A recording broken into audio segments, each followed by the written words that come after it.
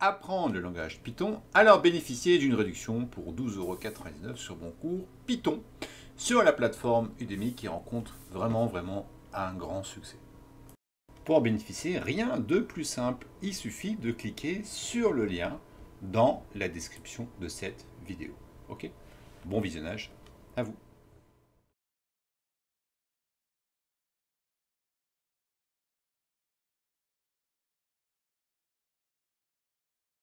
Allez, c'est parti pour la section sur les listes. Alors les listes, dans n'importe quel programme de langage de programmation, pardon, c'est un, on va dire, c'est un incontournable. D'accord? Il faut absolument maîtriser les listes.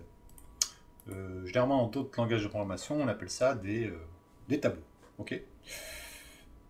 Par exemple, sur PowerShell, on appelle ça un array tableau.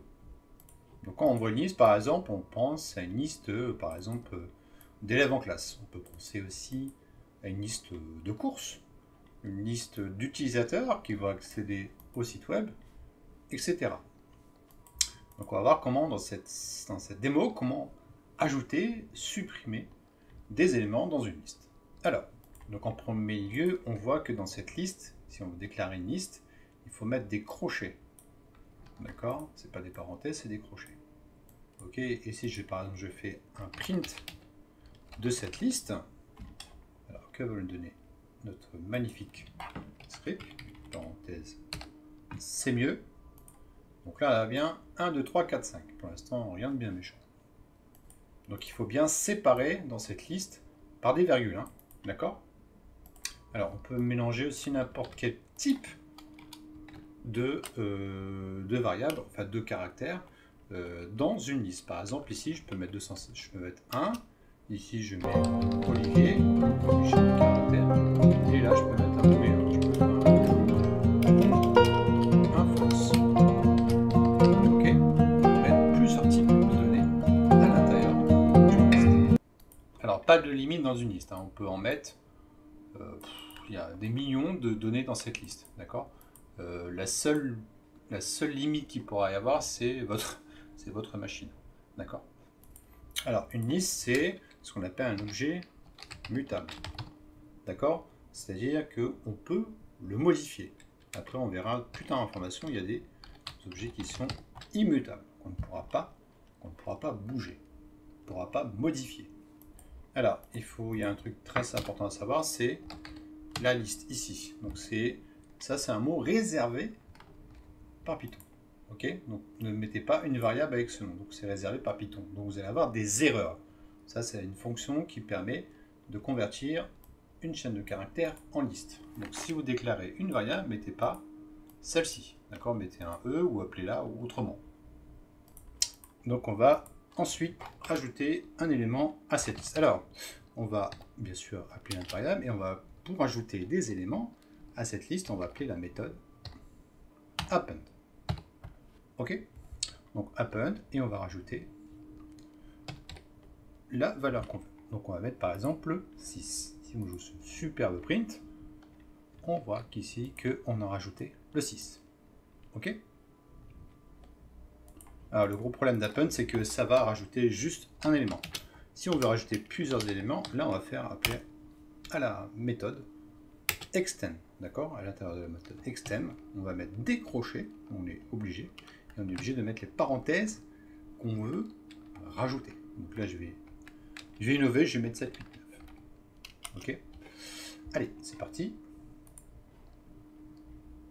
Alors, je me suis trompé, c'est les crochets.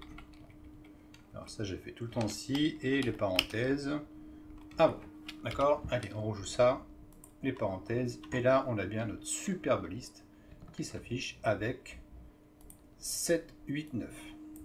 D'accord? Donc là, on a appris dans cette petite démo à rajouter plusieurs éléments dans cette liste. Alors, pour tout simplement enlever un élément de cette liste, je vais faire un list remove et je vais mettre le caractère. Par exemple, je vais mettre 8. Allez, c'est parti. Donc là, on a 1, 2, 7 et là, on a bien fait un remove du 8. Ok? Ensuite, on va essayer de récupérer la première valeur ici dans cette liste. D'accord? Donc on va déclarer une variable. Donc on va faire nombre 1 par exemple. Et on va essayer d'utiliser ce qu'on appelle un indice. D'accord? Donc on va dire dans cette liste, récupère-moi le 0. Alors comme je vous ai expliqué plus de l'information, le 0 sur Python, c'est le premier caractère de cette liste. Ça commence par 0. Donc ici, ce sera le nombre 1. Ok?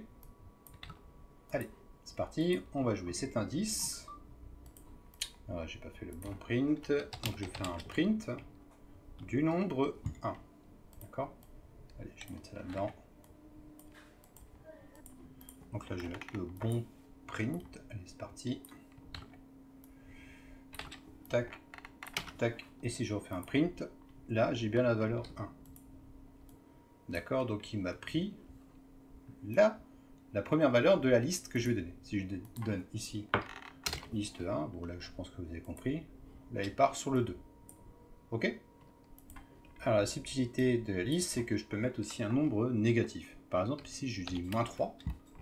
Alors moins 3, vous allez comprendre, il va me sortir... Non, je vais faire un exemple plus parlant, je vais faire moins 1. Moins 1 me sort 5, parce qu'il va partir de la droite. Ok? Moins 5 ici, ça part de la droite. Ok? Donc si je mets ici moins 4, il va partir sur moins 2. 1, 2, 3, 4. Ok? Donc là, je vais faire moins 4. Et c'est parti. Et là, j'ai bien 2. C'est la subtilité des indices. Ok, dans cette démo, donc, on a vu comment utiliser un indice pour retrouver une liste dans une liste elle-même et ajouter et supprimer des données dans cette propre liste.